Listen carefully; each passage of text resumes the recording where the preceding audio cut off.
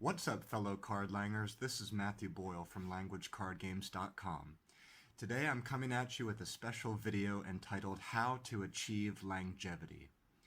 Langevity is a term I came up with to describe a feeling I was having that I want to be able to learn my target languages qualitatively well and also for a long time.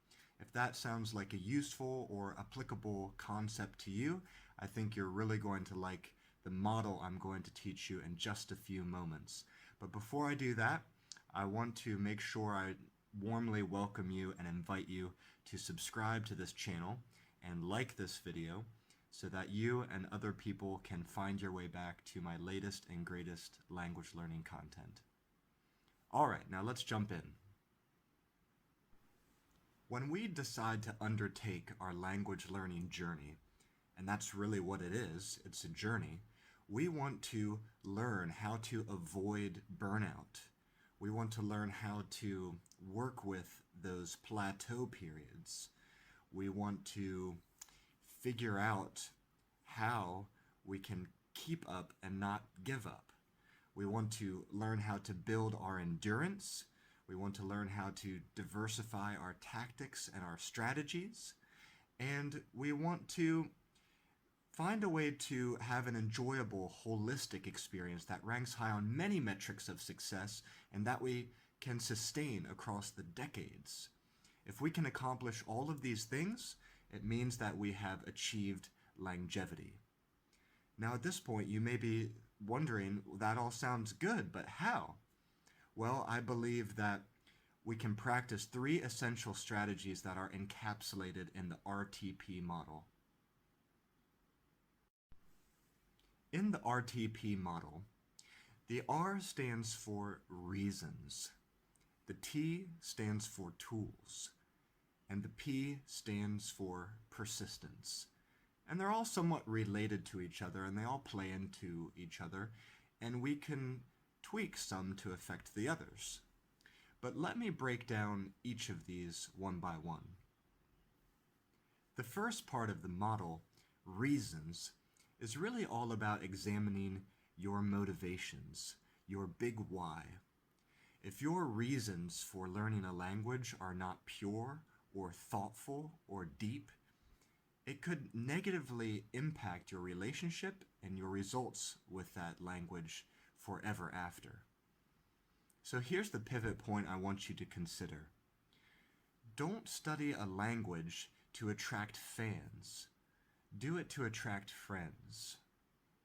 Don't study a language to build your resume. Do it to build your relationships. Don't do it to feed your ego. Do it to feed your soul. You know, there's a brilliant quote attributed to Charlemagne, and I think a lot of you will know it if you've been in the language learning arena for long, but I'd like to share it with you anyway. It goes like this. To have another language is to possess a second soul. Well, if you haven't meditated for long on your reasons, you could very well miss out on what he was saying. Get your reasons right, on the other hand, and you will always be able to draw on that inner well of strength and clarity during the tough times. One simple way that you can work on your intentions and your purposes is always available to you, and that is journaling. Get your motivations and your reasons onto paper where you can start to see them, weigh them, clarify them, and maybe rethink some of your plans and your goals so that you can streamline and dial in your progress moving forward. The second part of the RTP model stands for tools, and that's kind of an umbrella term which includes resources and activities. So learning a new language takes time. There are no halfway measures, and just to drive the point home to you, there's a Chinese expression that I really like. 到任何值得去的地方都没有捷径, which means there are no shortcuts to any place worth going. So inevitably on this language learning journey, you will pass through the seasons. Inevitably, you will come face to face with boredom, frustration, plateaus, and burnout. And it is especially during those times when you will need activities and tools and resources that are entertaining and inspirational, but also educational to do. So yes, I am going to encourage you to find out what kind of books and blogs, poetry and songs, TV shows and movies, apps and games speak to you. These would be your tools. Don't listen to anyone who would take the wind out of your sails telling you that there's only one right way to learn a language or only one best way to learn a language. If you're a follower of my work, you'll know that card games are something that brought me renewed passion and renewed fire when I was feeling down and out. My great friend Sonora at the Ottawa Language Lounge is doing fantastic things. And this is actually something that I want to recommend to you as well if you've never tried it before. Get a variety of language learners into the same physical space, the same room. Get them around a table. Get them to unplug in order to reconnect. Play a game with them. Share your tools with them. You will be surprised at the amount of learning and the depth of learning that comes out during these exchanges. And it can really recharge your batteries too, so that you will be all the more ready to get back out there and study hard. In fact, stay with me until the end of this because I have a special offer for you along these lines.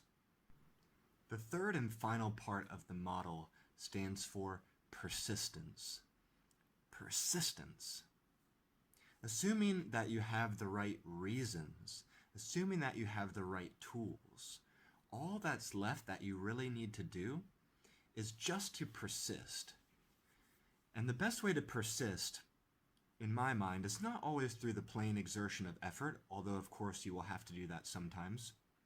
But the best way to persist, I think, is through the proper installation of habits and routines, which then become automatic.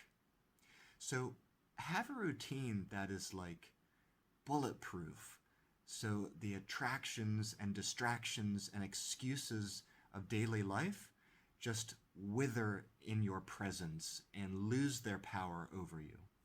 If you can stick with your language learning habits and routines for just a few weeks, they will become ingrained, and it will become easier to persist than to give up. You will actually feel a bit strange and bad if you don't carry out your daily language learning habits. And when other people see you, they may think, oh, they must work so hard and I could never do that. And while hard work is certainly part of the equation for you, you've also tapped into a trade secret, which is with better habits comes better persistence. So I sincerely hope you've found this information engaging and efficacious, and I hope you'll remember the RTP model, reasons, tools, persistence. Because if you do, you will not only be able to achieve longevity, but you'll be able to take advantage of a special offer that I have for you. During this month, the month of June, you can apply the coupon code RTP when you check out at languagecardgames.com to take advantage of one of our innovative language learning products. Since 2016, we've been revolutionizing how people all over the world learn languages, providing them with addicting games, which function kind of like a Trojan horse for language and linguistics learning. We have games for practically any age or ability level, and we ship to any location worldwide for free. To learn more about what we have to offer, head directly to languagecardgames.com and visit the shop, and I'll put some links below. Alright, fellow cardlangers, that's it for today's video. Thank you so much for watching. Don't forget to like and subscribe, and I'll see you back here next time.